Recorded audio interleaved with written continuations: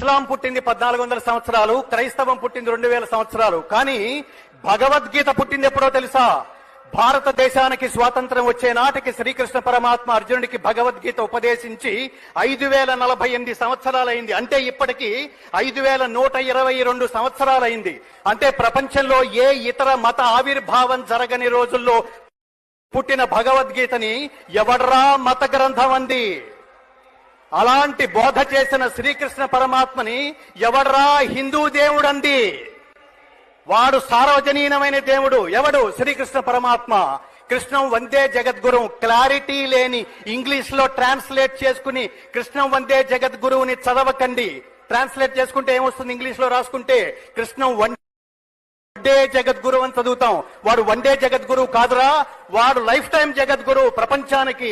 ఇవాల్టికి Edwin Arnold, Max Muller, Oppenheimer, Warren Hastings, Einstein, Aldous Huxley, David Frawley ఇలాంటి వాళ్ళందరూ చెప్పింది ఏమిటో తెలుసా? వాళ్ళెవరు? పాశ్చాత్యులు. వాళ్ళు చెప్పింది ఏమిటో తెలుసా?